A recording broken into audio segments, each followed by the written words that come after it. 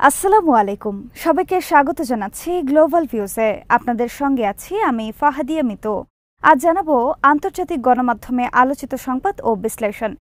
নিজেদের দাবিতে অটুট থেকে স্থায়ীভাবে যুদ্ধবন্ধের শর্ত সংবলিত একটি যুদ্ধবিরতি প্রস্তাবে সম্মতি দিয়েছে হামাস।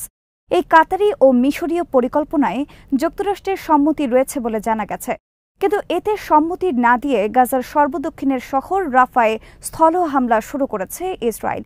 ফিলিস্তিনি যোদ্ধারা দখলদারদের ওপর মুহুর্মুহু হামলা চালিয়ে জানিয়ে দিয়েছে আগ্রাসন প্রতিরোধে তারাও পুরোপুরি প্রস্তুত। হিজবুল্লাহ হামলায় রক্তাক্ত হয়েছে ইসরায়েলি ঘাঁটি, প্রাণ গেছে এক সেনার। ইরাকি যোদ্ধারা প্রথমবারের মতো বড় পরিসরে ইসরায়েলে সিরিজ হামলা চালিয়েছেন। এর মধ্যে বিক্ষোভে উত্তাল ইসরায়েল ও যুক্তরাষ্ট্র।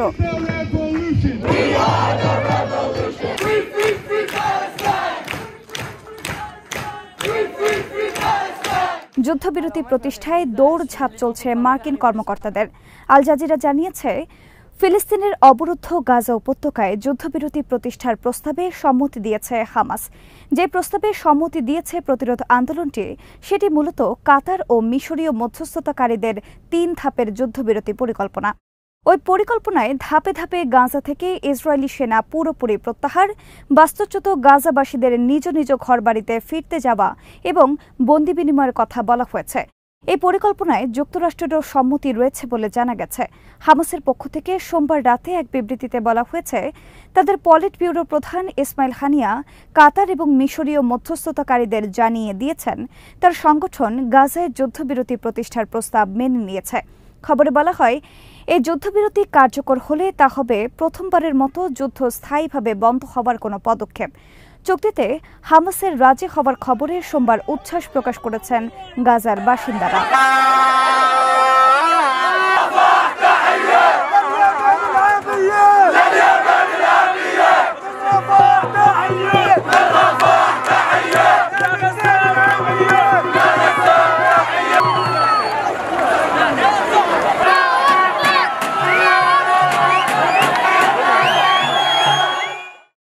টেলিগ্রাফের খবরে বলা হয়, অভ্যন্তরীণ রাজনীতির গ্যাড়াকলে আটকে থাকা ইসরায়েলি প্রধানমন্ত্রী দৃশ্যত যুদ্ধবিরতি চুক্তি মেনে নেননি।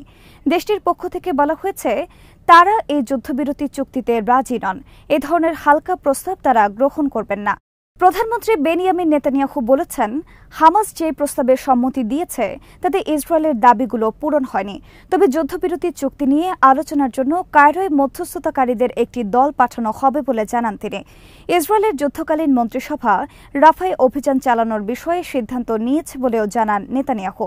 এই সিদ্ধান্তের পর সোমবার রাফা শহরের পূর্ব অংশে ইসরায়েলের সীমান্ত সংলগ্ন এলাকা থেকে ১ লাখের বেশি ফিলিস্তিনি শরণার্থীকে আল মাওআসিরের দিকে সরে যাবার নির্দেশ দিয়েছে তেল আবিব। মঙ্গলবার আল জাজিরা জানিয়েছে, রাতের অন্ধকারে ইসরায়েলি ট্যাঙ্কগুলো অগ্রসর হয়ে রাফা সীমান্ত ক্রসিংয়ের অপারেশনাল নিয়ন্ত্রণ নিয়েছে।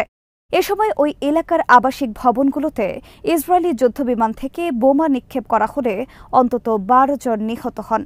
গাজায় ত্রাণও ঢুকতে দিচ্ছেন না তারা। ইসরায়েলি মিলিটারি বলেছে, সন্ত্রাসী কার্যক্রমে রাফা ক্রসিংকে ব্যবহার করা হচ্ছে।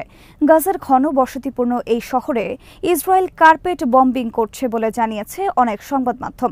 ফিলিস্তিনের একজন নিরাপত্তা কর্মকর্তা এবং মিশরের এক সরকারি কর্মকর্তা এপিকে জানিয়েছেন, রাফা শহরে ইসরায়েলি ট্যাঙ্ক প্রবেশ করেছে এবং সেগুলো রাফা ক্রসিং থেকে মাত্র ২০০ মিটার দূরে রয়েছে।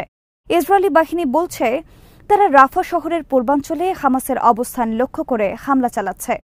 হামাস হুঁশিয়ারি উচ্চারণ করে বলেছে, রাফায় ইসরায়েল কোনো ধরনের আগ্রাসন চালালে দখলদার সেনাদের জন্য তার পরিণতি হবে ভয়াবহ।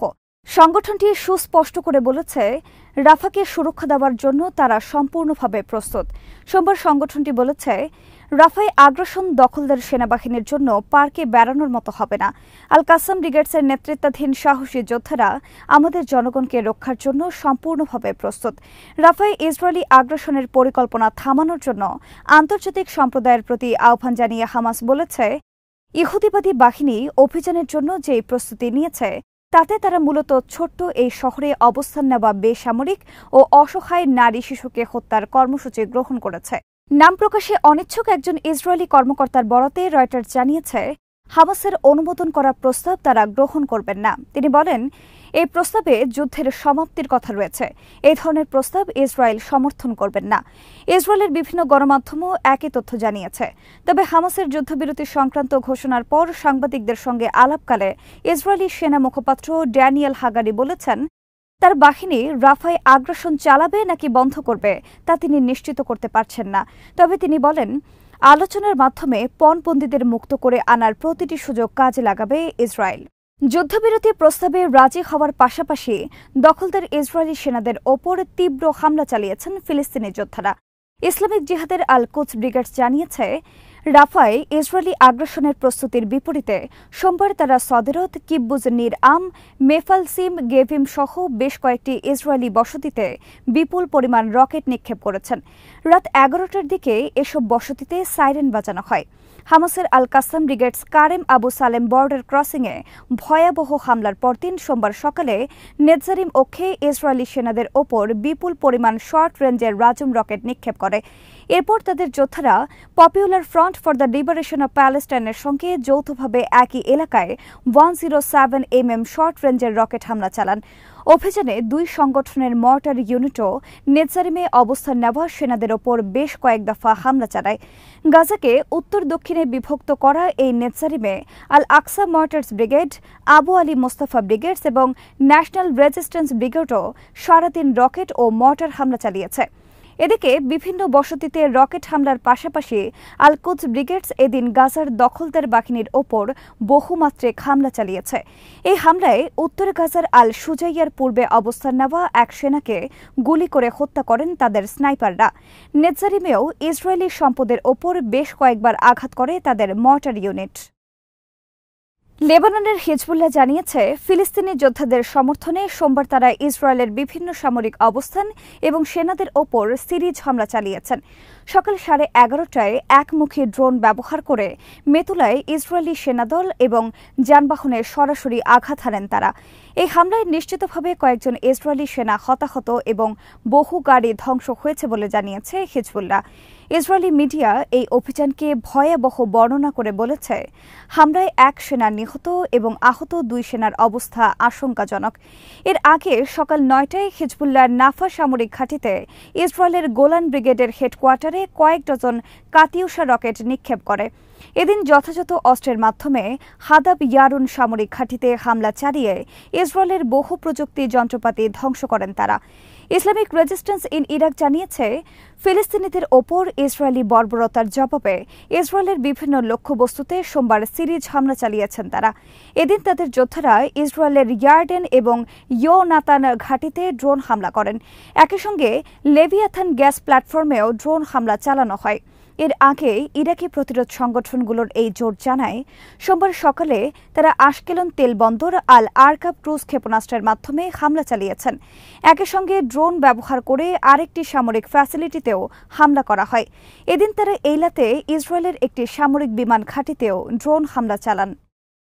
এপির খবরে বলা হয়, মার্কিন প্রেসিডেন্ট জো বাইডেন সোমবার বিকেলে ইসরায়েলি প্রধানমন্ত্রী বেনিয়ামিন নেতানিয়াহুর সঙ্গে ফোনে কথা বলেছেন। তিনি তেল আবিবের রাফা আগ্রাসনের পরিকল্পনার ব্যাপারে ওয়াশিংটনের উদ্বেগের কথা নেতানিয়াহুকে জানিয়েছেন। পাশাপাশি হামাসের হাতে বন্দীদের রক্ষায় যুদ্ধবিরতি চুক্তি সর্বোত্তম পথ বলে উল্লেখ করেন তিনি। সৌদি আরবও প্রচণ্ড ঘনবসতিপূর্ণ রাফা শহরে আগ্রাসন চালানোর ব্যাপারে ইসরায়েলকে সতর্ক করে দিয়েছে। মার্কিন পররাষ্ট্র দপ্তরের মুখপাত্র ম্যাথিউ মিলার জানিয়েছেন, গাজায় যুদ্ধবিরতি চুক্তি বাইডেন প্রশাসনের অগ্রাধিকার তালিকার শীর্ষে রয়েছে।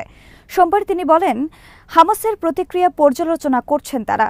এ নিয়ে মিত্রদের সঙ্গে আলোচনা করা হবে। তিনি জানান, বর্তমানে যুদ্ধবিরতি চুক্তি নিয়ে যুক্তরাষ্ট্রের কেন্দ্রীয় গোয়েন্দা সংস্থা সিআইএর প্রধান বিল বার্নস কাজ করছেন।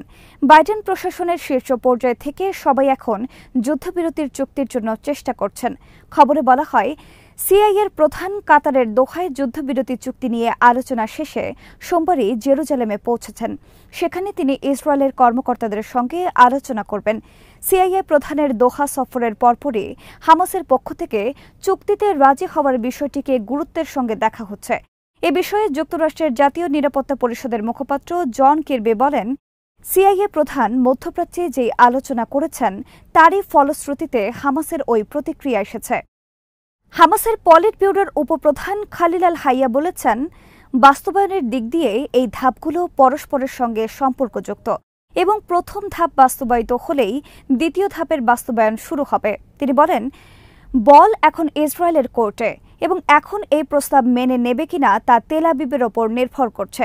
হামাসের এই নেতা আরও বলেন, মধ্যস্থতাকারীরা তাদেরকে এই প্রতিশ্রুতি দিয়েছেন যে মার্কিন প্রেসিডেন্ট জো বাইডেন প্রস্তাবিত এই চুক্তির বাস্তবায়ন নিশ্চিত করার অঙ্গীকার করেছেন। হামাসের পক্ষ থেকে এমন সময় যুদ্ধবিরতি প্রস্তাব মেনে নেওয়ার ঘোষণা দেওয়া হল যখন সংগঠনটির কর্মকর্তারা সোমবারে দিনভর বলে আসছিলেন, ইসরায়েল যদি গাজার সর্বদক্ষিণের শহর রাফায় আগ্রাসন চালানোর পরিকল্পনা বাস্তবায়ন করে তাহলে যুদ্ধবিরতির আলোচনা বন্ধ করে দেওয়া হবে। প্রস্তাবে 3টি ধাপ রয়েছে জানিয়ে খলিল আল হাইয়া বলেন, প্রথম ধাপে বাস্তুচ্যুত ফিলিস্তিনিদের গাজায় নিজেদের ঘরবাড়িতে ফিরিয়ে আনা হবে। বিভিন্ন ত্রাণ সামগ্রীর সরবরাহ স্বাভাবিক করা হবে। এছাড়া হামাসের হাতে বন্দী প্রত্যেক নারীকে মুক্তির বিনিময়ে 50 ফিলিস্তিনি বন্দীকে মুক্তি দেবে ইসরায়েল। দ্বিতীয় ও তৃতীয় ধাপের বিষয়ে আল হাইয়া বলেন, যুদ্ধবিরতি চুক্তির দ্বিতীয় ধাপে পুরুষ জিম্মিদের মুক্তি দেবে হামাস। বিনিময়ে আরও ফিলিস্তিনি বন্দীকে মুক্তি দেওয়া হবে, তবে তাদের সংখ্যা এখনও নির্ধারণ করা হয়নি। আর তৃতীয় ধাপের মধ্যে থাকবে 3 থেকে 5 বছরের জন্য গাজা পুনর্গঠন পরিকল্পনা বাস্তবায়ন শুরু করা। টাইমস অফ ইসরায়েল চুক্তির শর্তগুলো বিস্তারিতভাবে তুলে ধরেছে। তাদের প্রতিবেদনে বলা হয়েছে, মধ্যস্থতাকারীরা সাম্প্রতিক দিনগুলোতে 3 ধাপে যুদ্ধবিরতি চুক্তির প্রস্তাব নিয়ে হামাসের সঙ্গে আলোচনা চালিয়ে আসছিলেন। চুক্তির প্রথম ধাপে 40 দিনের মধ্যে 33 জন বন্দীকে মুক্তি দেবে হামাস। এই দফায় যারা মুক্তি পাবেন তারা হলেন নারী, শিশু, প্রবীণ ও অসুস্থ ব্যক্তিরা। বিনিময়ে কয়েকশো ফিলিস্তিনি বন্দীকে মুক্তি দেবে ইসরায়েল।